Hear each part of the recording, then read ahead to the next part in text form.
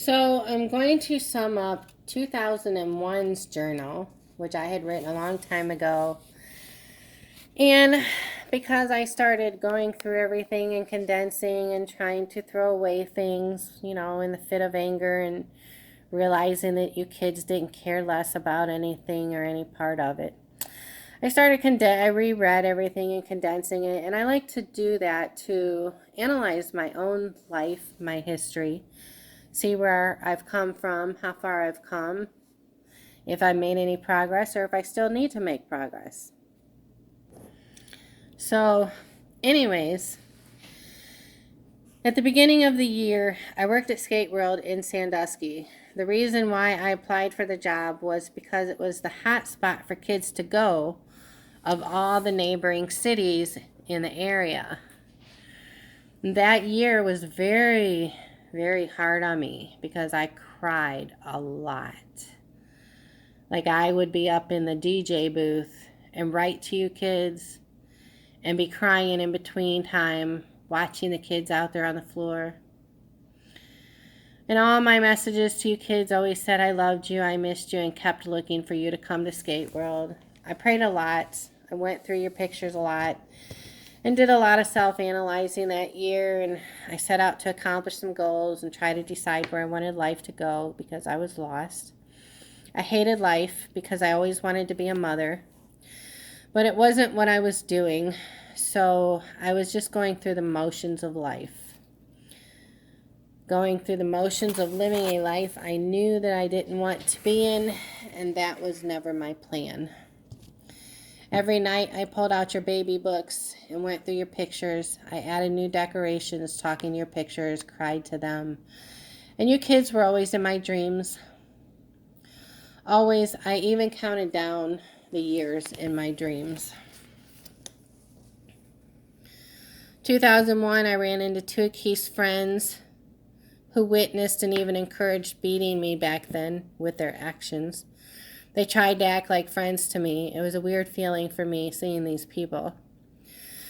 I had so many questions in my head and so much anger, and here were these people smiling at me. Like, you don't even have the right to be smiling at me like you're happy to see me. I thought a lot about my mom and even wrote her several letters that I never sent her. Some I would send, others I just wrote to release my thoughts. I'm not sure why I really wrote. I always felt like I had to prove something to her. I even tried to forgive her in letters, just to see if I could get some sort of response, some letter back, but she never wrote. Eventually, I just stopped putting return addresses on them because it was pointless. But I tried to forgive. I still hated her very deeply. But because she was Mother by title, I always craved her love that I never got. A never-ending self-punishment I put myself through. Then I began to question my own motherhood and how I would have been. Then my thoughts wandered to my car accidents. I've had 3 with you kids and survived them all with no major damage. Was it luck or was it God? I questioned this. That was the year I began to stop hating myself. I stopped replaying the voices in my head, and we're talking about 2001. I stopped replaying the voices in my head from Joyce, Keith's family, and a few others of no importance. I started questioning where to go in life. I worried a lot about you kids. It ate at me really hard because I did not know if you were safe. Sometimes I even questioned why I stayed alive and even if I'd even see you again. And many times my world felt surreal. My foster family was a great part of my life. I lived with them for a few months while I tried to gather myself. Their invitation. Me and my foster mom, Brenda, got real close for a while. It was great to have her look me in the eyes and tell me she loved me and that she wanted me around.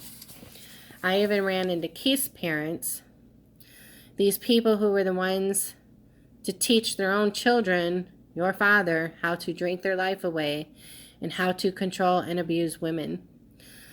Something Keith would have done no matter who it was.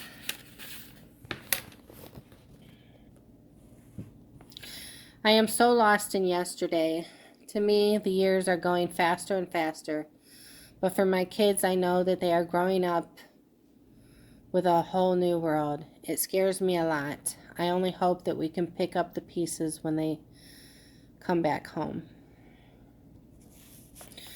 Last night I had a dream that I have to say I disagree with. I dreamt I ran into Jim Clark, which is Keith's dad.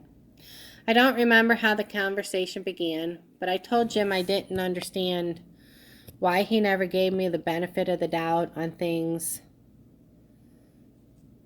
The part I didn't agree with was I told him that Keith and I would still be together if everyone would have stayed out of our business.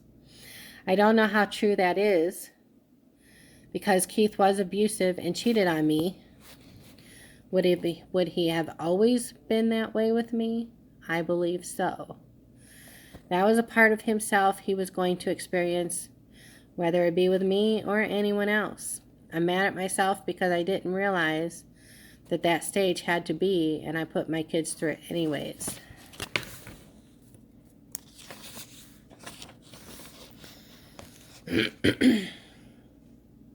I miss my kids a lot. I've been thinking about them a lot again lately. The part of life that sucks is you can't undo that part of life. I miss my kids really, really bad. I hope that they don't forget about me. I want my family back together again. I keep wanting to make amends with my own family, but why should I make amends with someone who ruined my family over and over again? Why should I give her the chance to do it again? Let her back in my life so that when my kids come, she can do the same to them, to me, with them. She'll grab that opportunity up to make me look like the bad person so as to say to my kids, I told you so. No, it's time I put my foot down and be in charge now. I learned my lesson one too many times.